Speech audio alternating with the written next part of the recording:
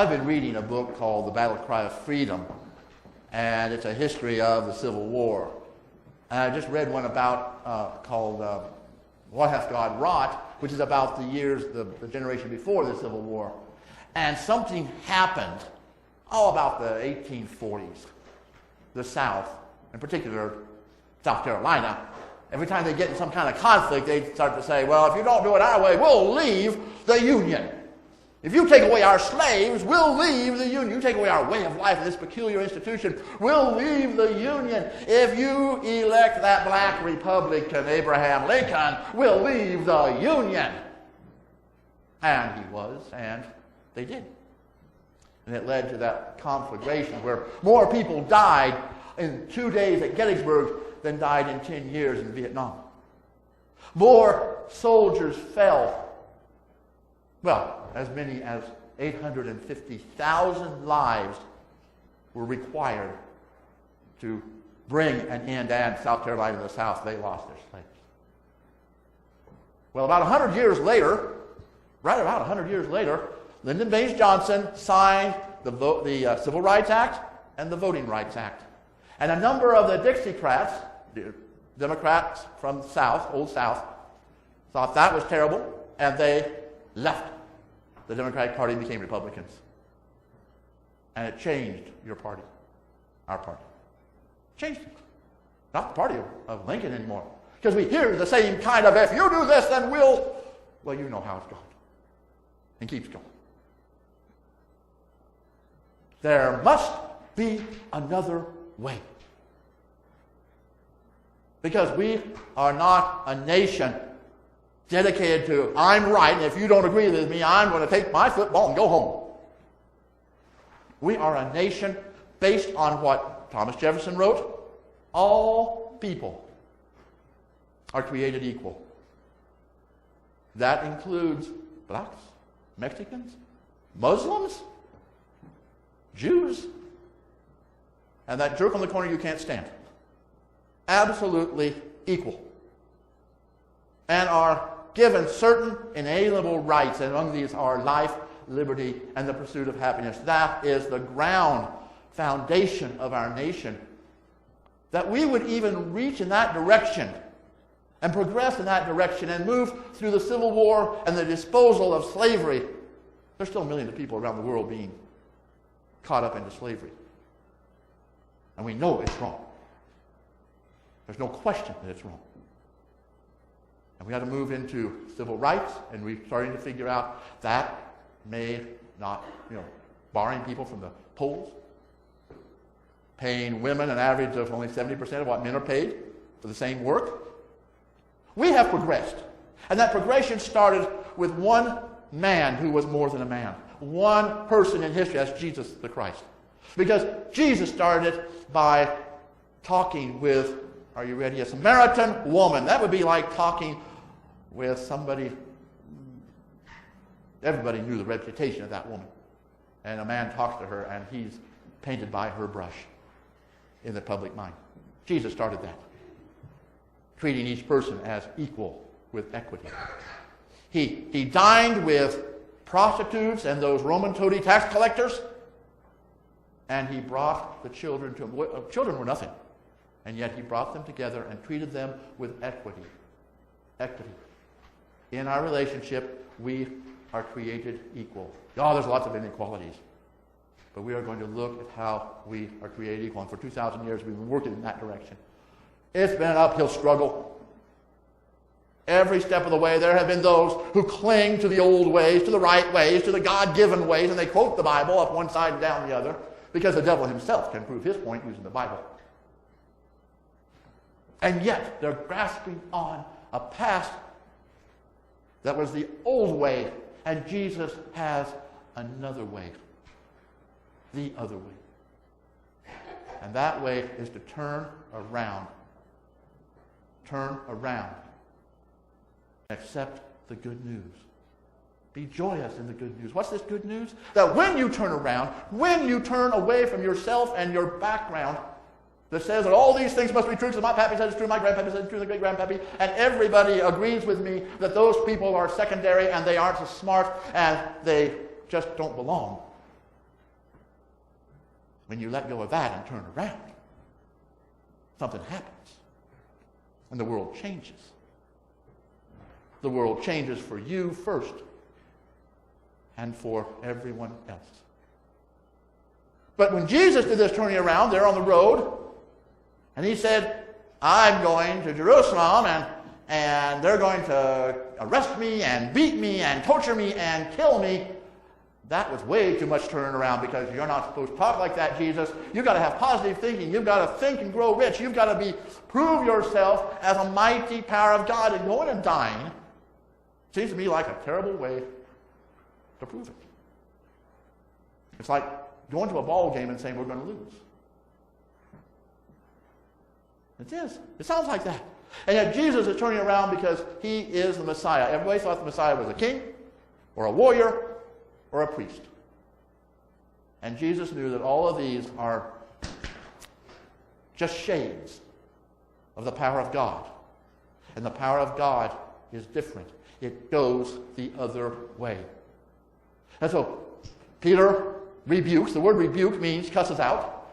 And then Jesus turns and rebukes Peter in the same way he rebuked unclean spirits. He said, get behind me, Satan, because you're talking human. And I'm talking God. I'm talking the other way. And then he turned to everybody, to you and me.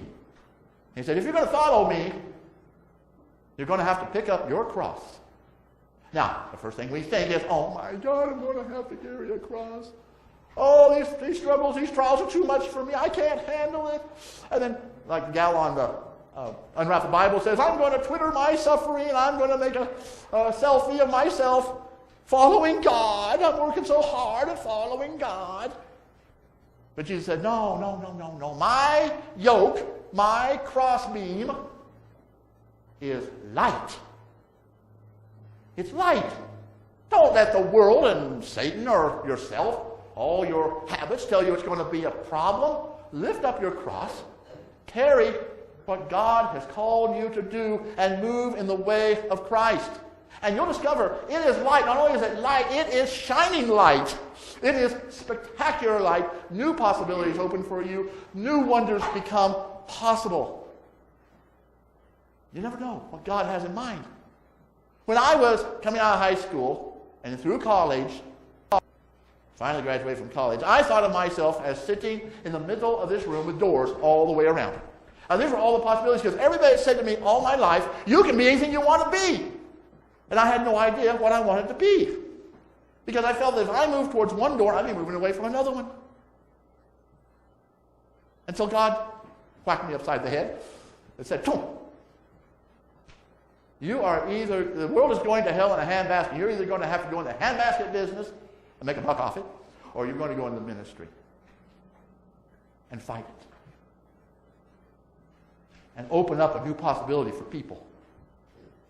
And my pastor said, well, that's interesting about the handbasket, but let's talk about ministry. And slowly and painfully and surprisingly, here I am. I went through one of those doors. The one I didn't even realize was there. Went through the door, and as I walked down that direction, here were all these other possibilities opening up for me. I wanted to be a great filmmaker. Guess what I got to do? I got to make videos and films. I wanted to be a writer. I get to write a lot. A poet. The song we're going to sing as our closing is my poem. I got to do a lot of things I never thought I could do, and I certainly couldn't do as long as I sat in the middle. It wasn't until I answered the call of God and picked up some crosses. Most of seminary is a cross.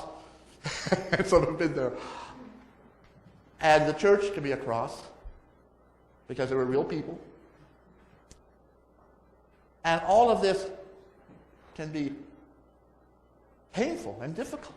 Loving people and caring for people and being family with people, and when something is wrong, crying with people. It's the most wondrous thing you can do. Absolutely wondrous. It's a lie that all this stuff is a struggle. It's wondrous. Because we let go of ourselves when we turn around and face others. And then we discover and accept and rejoice in the good news. The good news is you are alive. You are created to be a loving presence in the world. You're created to share Jesus Christ in little ways and big ways. You are created to take up your cross and follow Christ. Maybe you've heard the story of the Gray Lady. Back in the 80s, when we didn't know anything about AIDS and we didn't have any real treatments for it, and AIDS was a deadly disease, and it was so sure to kill you that we didn't even want to touch anybody or be around anybody because we didn't know exactly how it was passed, how contagious it was. And people were afraid of AIDS patients, especially in the hospital. And this one Gray Lady, a volunteer in the hospital, was washing her hands one day in the restroom, and she looked in the mirror, and she clearly heard God say, "Go to this room and visit with this man." And she said, "No, I can't do that. I might get what he's got. And then I'd die." And then she realized that God would take care of that. Of course he would. Dying's not the worst thing that can happen to you, because God is with you. And God is more with you. And so she went down the hall to this room where the nurses kind of walked on the far side of the hall as they went by. The doctor would take about one step in with his mask and say, "Are you okay today?" And the chaplain would still stand out the door and says, "I'm praying for you." She walked in that room. She went up to his bed. She sat down in the chair. She took his hand. She told her name, and he shared his. And they just talked. They talked about this and that and the other. Half an hour. And shaking, like she hadn't shook yet, she left that room and went and washed her hands. And then she did the next day, and the next, and the next, and the next, and the next. And they began to talk about the important things of what this man was going to lose, where his denial was, his anger was, his arguing with God, his depression, huge depression. It wasn't happy time, because he was going to die. He didn't feel well. And she sat there and held his hand and let him talk most of the time. And when he couldn't talk, she asked him, "Can I pray for you?" And she would pray. Sometimes when he was too tired to even really open his eyes, she would sing Amazing Grace. How sweet the sound that saved a wretch like me. And he would squeeze her hand. And on that last long day, she was there. She was there for the last breath. And she didn't let go of his hand until he was gone. Later, out in the hall, the nurse asked her, "Weren't you afraid?" And she said, I am terrified. I may have got that disease, but that doesn't matter. His life mattered more than mine. And that's a good thing. And that's a good thing. Jesus leads us the other way, on a path that's different than the world. And anytime you go on a journey, you need to have some food. I just noticed that Methodists don't come to the altar rail, have an altar call, unless we provide food. When I was a kid, we had 4 communions a year. That's in the discipline. You have to have 4. And back then, the preachers stuck to 4. But we went to the Christian church, Disciples of Christ, and they have communion every Sunday, and they were passing around the big tray of the little cups, and they were passing around the little plate with the broken saltine crackers on it. And my sister, who was about 6 at the time, said, "Oh, goody, refreshments!" Yes! Oh, goody! We get refreshments, because the night that Jesus decided to go the complete other way, the night he gave himself for them, he knew his disciples were on a journey, and he offered them a meal. And he took the bread, he gave thanks to God, and he broke it. And he said, "This is my body, which is broken for you. Eat it in remembrance of me." And likewise, after the meal, he took the cup. He gave thanks to God. He said, "This wine is the blood of the new covenant, my blood of the new covenant, poured out for you and for the salvation of many. Drink it, all of you, in remembrance of me."